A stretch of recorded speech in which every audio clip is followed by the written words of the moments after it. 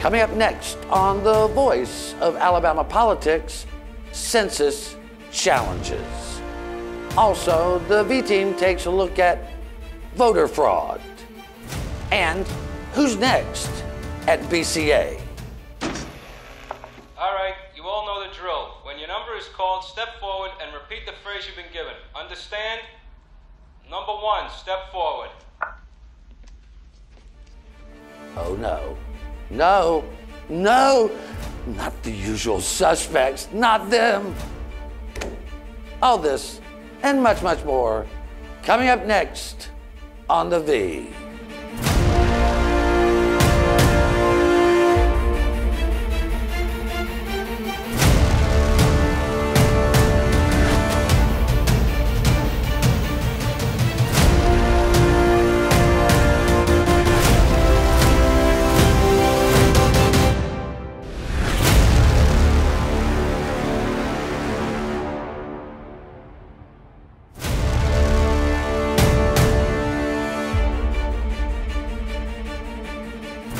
Welcome to The Voice of Alabama Politics, where we tackle the tough issues so you have the hard facts.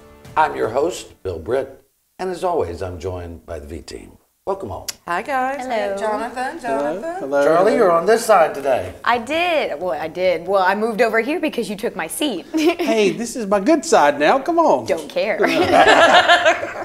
All this love. Brotherly love, sisterly love. What are you going to do? I don't know. I just live with it. You know, one of the things that we have seen over the last 8 years is that nearly a dozen Republican lawmakers have either been convicted or indicted on crimes. Some are awaiting trial right now. We've seen them try to pass laws that revoke the laws that they passed in 2010. We've seen them act a lot like Democrats.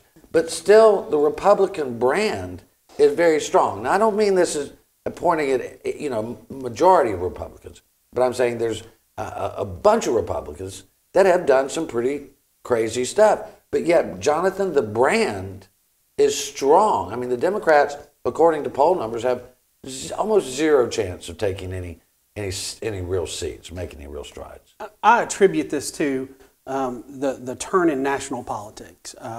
We're in the South. We have conservative people that are in Alabama, and the Democrat Party has gone so far left, almost off the map, that even Southerners who voted Democrat at one time, who may have considered themselves middle road, they want to stand with Republicans because of the conservative values, because of the economy, and because they're not so far left, saying crazy things. And in Alabama, Republicans are in like Flynn. But the problem with that is when you get people comfortable in here, then they begin to start making mistakes. And I think that's what we've seen. Well, Susan, if you go back to 2010, Mike Hubbard's book talks about how they set up Democrats by saying, look, over half a dozen of them have been convicted. Nearly a dozen have been indicted. Whoa, you could change that out and write Republican. Well, the Democrats went down. I think Jonathan's right about that. But what we're seeing now is the same type of actions by Republicans, yet they're not paying any price for it. No, they're not. And like you said, I mean, the fact that they just reelected Nancy Worley to the Democratic Party shows how far off the charts they are with this. But there are a lot of Republicans that are getting quite comfortable with the fact that they're just going to get reelected no matter what they do. So, Charlie, one of the problems we have when a party gets entrenched, whether it's Democrats or Republican, is they just figure they can do whatever they want to because they're going to win elections anyway, right? They do. You can really come in and be just about any type of person as long as you have an R slapped on the end of your name and you're golden. And we saw that recently in this last election where we had two individuals elected who had less than admirable reputations and they were Republicans, so they got in scot-free. Yeah, it's crazy. Well, I mean, and the other thing is you have a national news media that people watch all the time. And we were talking earlier, if you went up to somebody out on the street today and said, boy, that Greg Wren, when he got indicted, he confessed he pled guilty. Boy, that Mickey Hammond, he pled guilty. And Michael Cohen, he pled guilty. And Paul Manafort was found guilty. And they'll go, well, I know who Paul Manafort is, and I know who Michael Cohen is, but Susan, who the heck's Mickey Hammond and Greg Wren? Well, and Charlie, they don't know. Charlie and I were talking earlier today, and she was talking to a friend of hers and said something about Steve Marshall. They had no clue who Steve Marshall was. I get that too. You know, so they're not paying attention to local politics, but people, this is where it happens. This is where you can make a difference. And they're like a deer in the headlights. All they hear is Trump and Manafort and Cohen. They go for that clickbait. There you go. Local politics, that's how things get done. It's not really the national politics. No. I mean, it sets a standard. Obviously, we've got to run our country and our nation, but local politics are where things happen, from your municipalities to your counties to Montgomery. Yeah. And people have really got to start paying attention. Well, and that's one thing we realized when we looked at the landscape and what we wanted to do. We realized, Charlie, that you can't do much about Washington, D.C. You can look at all the media covering Washington, D.C. It just stays the same. What we realized is that if you came to Montgomery and alerted people, that you could make some difference. And that's kind of what news reporting is all about. It is, and that's what she was saying. This is where you can inflict change. We can't do anything about Washington. We can't do anything about that. So this needs to have a lot more of a focus. It's just getting that out there and spreading it around and having people actually listen. Yeah, and that's a challenge sometimes. I mean, part of this show is to do just that. One of the things that came up last week, Jonathan, it's about a 10-month-old issue. We just learned about it in the last couple of weeks, is over in Phoenix City, which is known as a hotbed of scrupled activities. Mm-hmm. No, unscrupulous activities. Oh, yeah. But in Phoenix City, Russell County over there, the circuit court judge is just having a fit because they had a big case of what he's calling voter fraud, where a bunch of white realtors came in and then they voted from their offices instead of where they lived in the county for city seats to try to keep white folks in those seats. And it's a minority, whites are minority now over in that area. And so now they're going through this thing where they don't want to give up power, but basically nobody's done anything about it yet.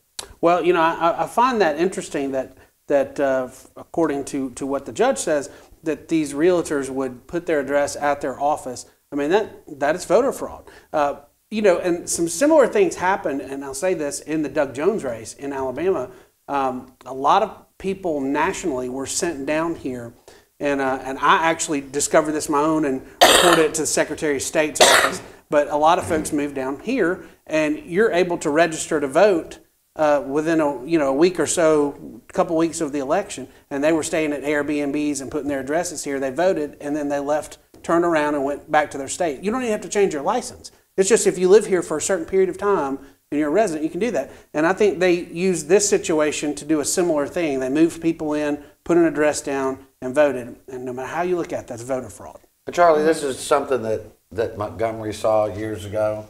It did about 25 years ago, I believe. Yeah. It's really just a case of demographics. It's like you said, white people don't like that they're now the minority. So you have these white business groups that are just doing anything they can to vote so they can stay in power. Well, and again, you can do whatever you've got to do. That's a democracy, but you can't cheat. That's cheating. If you don't, you're supposed to vote where you live, not where you work. I mean, it's real simple. Everybody, they teach you that in the first smell in school that you get of how our system works. You don't, and who's to say that they didn't vote in their district where they live and vote in the city election well, too? As we always used to say, vote often. Vote early and vote often. All right, we're going to leave it right there. You're watching The V. We'll be right back with more news and analysis.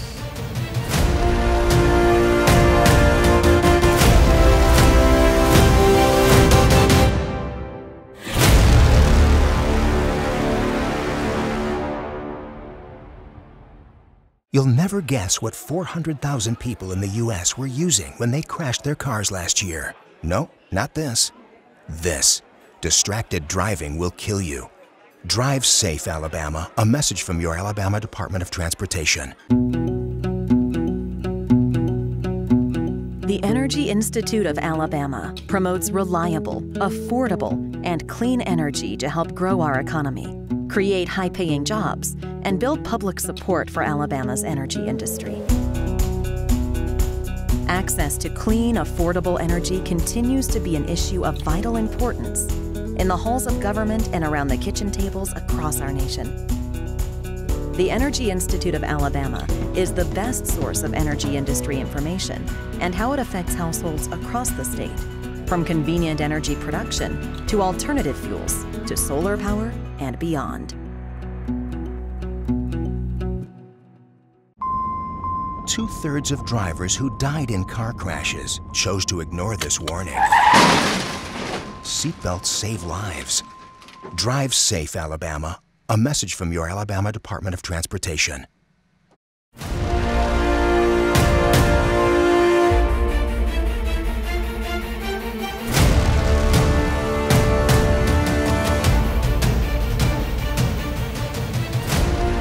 Welcome back to The Bee, the voice of Alabama politics. Charlie, they're still kind of working through the minutia of reconstructing the Business Council of Alabama. You know, they have new bylaws, they have new elected officials over there. The 11-member board is making the big decisions now. A couple of the things, they're going to have to find a new CEO, a new president, CEO. But before they get there, they've got to look at the money. We've discovered that at least $1.6 million was taken out of the trust fund over there and spent. And I'm not quite sure how they plan to get that back in a timely manner. But I do have to say that I'm very impressed with all that Mark Crosswhite has done over there. He's rebounding that place, and they're getting back on their focus of being business oriented. And I think one thing that we can all be really thankful for is that whoever takes over for Billy Canary will never have as much power as he did. So that's something we can all look forward to. That's true. I mean, Susan, it was run like an Eastern European oligarchy, you know. Oh, I mean, you know, it's a wonder they didn't have the red carpet. Vladimir Canary. Yeah, they didn't have the red carpet laid out in front of Billy Canary as he walked the state house halls. You know, it was ridiculous. He wouldn't listen to anybody. Knew it would Perry hand, and then look where it ended them up. And thank goodness they've gone in there and said, you know, this is the wrong way to go about this. Now the power lays with the executive committee, where it should have been to start with. Well, Susan, if they took $1.6 million, there's probably some other problems over there, wouldn't you think? I got to tell you, it frightens me for them because that's the easy one to find. Okay, if they took if they fessed up enough to take $1.6 million, where you could see it, there's other stuff under the sheets, boys. There's stuff everywhere. They've tucked it here and tucked it there Other to keep stuff people under the sheets. well, yeah. I mean, It's I'm really fearful of what the accountant's isn't that going to where find. you keep your money? No comment. All seriousness, Jonathan, I mean, I don't see how the top people over at BCA, what's left, any of them are allowed to stay, because these are the people that were Billy Canary acolytes. They locked step with him. And I think they're going to have to do a wholesale cleaning of it. I think they are. And I'm going to be in the running with Josh, by the way. My name's Jonathan Barbee. I'd like to apply for CEO position, and I'll do it for half price. No, I seriously, I think in order to get the stamina off of them that they've got, just the stigma that they have, they're going to have to clean house. Yeah. Because the way that Canary ran the show and the way that they had to show up at Mike Hubbard's trial and be included in that, and then this bill they tried to put through about autism, which I think that was like their final tank when they joined Blue Cross, who I'm not a fan of anyway, because my sister's autistic, okay? And I think that really tanked them, and I think people in Alabama were like, who are these people, and why are they controlling Montgomery if they're going to be like this? Yeah. Well, I think you're right. You know, one of the big things, Charlie, again, is trying to figure out who is the next CEO and president. And we've heard several names. We've heard Danny Garrett, Representative Danny Garrett, nice guy from the Trussville area, a very popular, level-headed representative. We've also heard Toby Roth, lobbyist, but was once Seth Hammond's another one. Once chief of staff for Bob Riley. Seth Hammond, you know, and Seth Hammond, Bill O'Connor, some of these are the great guys, but they don't need this headache. Whoever's coming in there is going to have a headache, you know? Definitely. But I think what we just really need is, names aside, just an honest, nonpartisan individual to take that spot. Level-headed. Right. Yes. I mean, one of the things about these guys that you just mentioned, they're level-headed, they're easygoing, they understand that this is should be a nonpartisan situation because you've got business owners in there. It's not about the R's or the D's. It's about the businesses and not all this other fluff that they've got going on over there. Yeah, I think that's a big thing. But one of the things we haven't heard is the name of any women.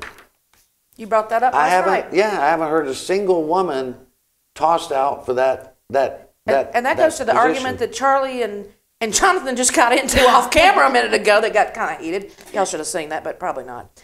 But you're exactly right. I mean, there's not one name of a woman that's out there even being whispered around. Yeah. And we've got some really great women. I agree. Yeah, we do. Strong, We really diplomatic, I agree. Hey. Yeah, I've been, I'm not running for the office, by the way. no, you're definitely not running for the office.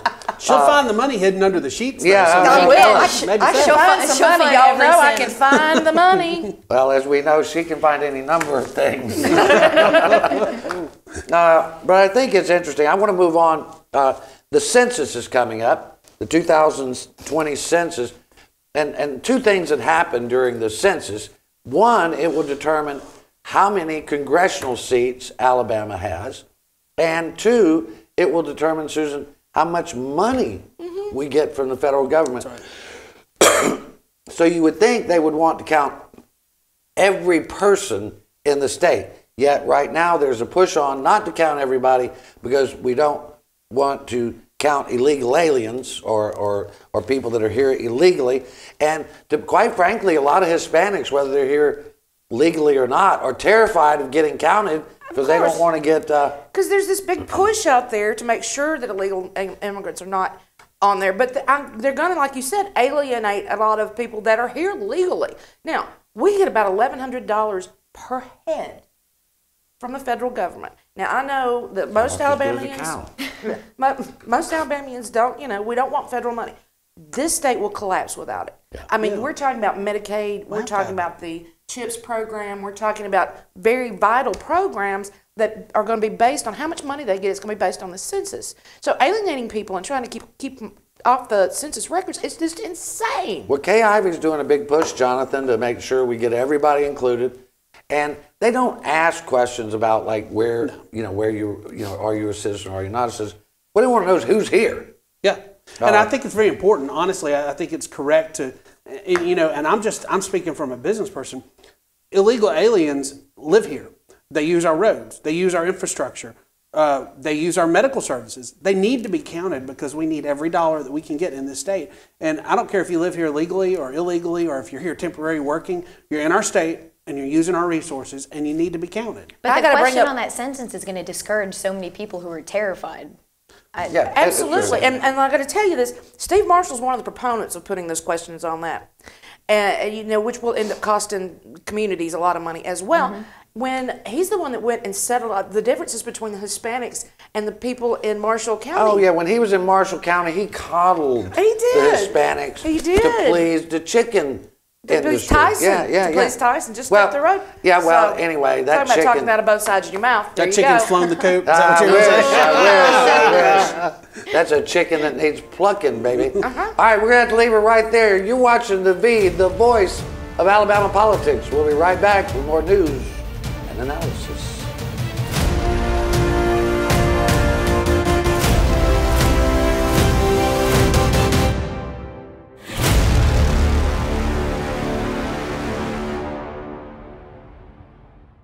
You'll never guess what 400,000 people in the U.S. were using when they crashed their cars last year. No, not this.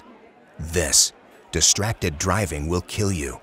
Drive safe, Alabama. A message from your Alabama Department of Transportation.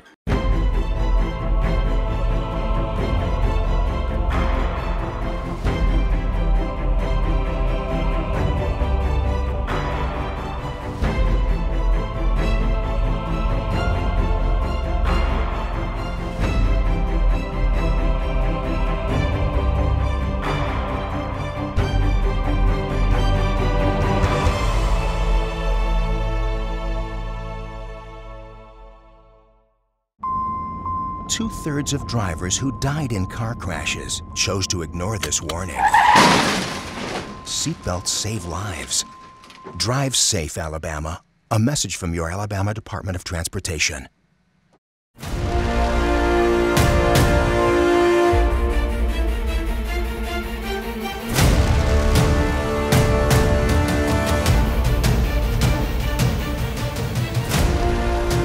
Welcome back to the V, the voice of Alabama politics. Susan, we missed the event down in Orange Beach. I think it was in Orange Beach when Governor Kay Ivey and Walt Maddox, Mayor of Tuscaloosa, were down there talking to the County Commissioners Association, and they both had a little presser, and they talked about the lottery for half a second. And Governor Kay Ivey said that, she said, well, people can vote on the lottery, that's fine. Of course, then she backed away from the fact that, the legislature has to put it on the thing. So she didn't exactly support a lottery, where I think personally Kay Ivey doesn't care one hoot about a lottery. She cares about getting reelected. But the thing that was astounding is they were talking about the lottery in context of the state needing money. And she said, and I think I really just got to read this quote, because our budgets are strong. We are able to do what we need to do. Alabama is at work, we're working, and it's working. Now, besides that being a baffling statement, what budgets, plural, are strong in Alabama? Hers? I mean, it is not, there is no state budget that is strong. That is just, I tried to get an answer from our office, and they won't even answer this question. I said, what budgets, plural, are strong? I've got one question. What planet is she on? What freaking planet is she on? We're going into the 2019 fiscal year budget at a minimum, according to Trip Pittman, who was in charge of it last year, in case she didn't know that. He said a minimum $300 million deficit. Now, and don't forget, the BP money's gone. They've already gone through all that money. So where are we going to come up with a healthy budget? And in order to get $300 million to have a healthy budget, or even one that just balances. Yeah, I mean, I didn't even, what I was thinking, I was reading a story on the lottery, and all of a sudden I thought I was right in the middle of fractured fairy tales. Well, no wonder they make it very clear up front when she appears somebody that nobody's supposed to ask any questions. Yeah, that's on the rider. Like, actually, Jonathan, when rock bands or country bands come, they got a rider, and it says we need so many Cokes and so much this, and no questions. She has a rider now. That is ridiculous. She is the governor of a state. Thank you. By God, if I'm a reporter there, I'll ask a damn question if I want to. And that's how I feel about it. I'm not going to be shushed. That's like silencing the press, and you just can't do that. I mean, at least Trump takes questions, and then he just, ridicules somebody. She needs to take some questions. But the reason she's not doing it is because she can't answer those questions. And let's talk about the budget for a second. Yeah. Have y'all driven on the roads lately? Yeah. Anytime soon? Yeah, every day. I had my car aligned 4 times last year. Yeah. Because there's so many potholes where I live. You had trouble with your tires on the way down here I'm telling you, You our broke roads down on the way here.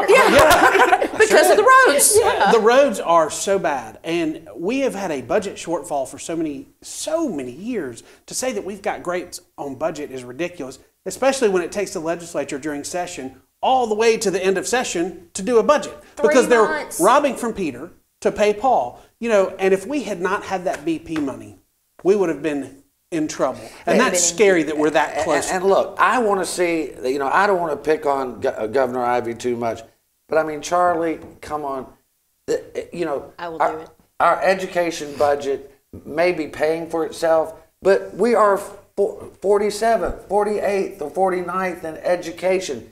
Kids, parents have to buy toilet paper and tissues. And kind of going back to what we've been dealing with BTW burning down, they lost an entire building worth of supplies and everything, and most of that stuff was bought for and paid for by the teachers that worked there.